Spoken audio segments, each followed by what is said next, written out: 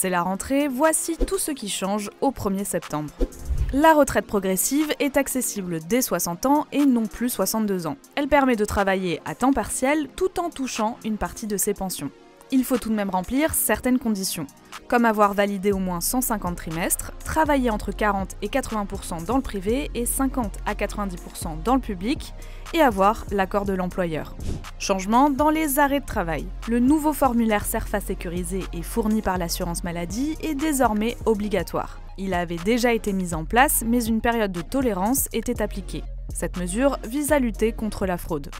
Certains délais pour un don du sang sont réduits. Si vous avez fait un tatouage, un piercing ou certains actes médicaux invasifs comme de l'acupuncture ou une endoscopie, plus besoin d'attendre 4 mois. Vous pouvez désormais faire un don 2 mois après. Et si vous avez fait un implant dentaire, cela n'est plus une contre-indication.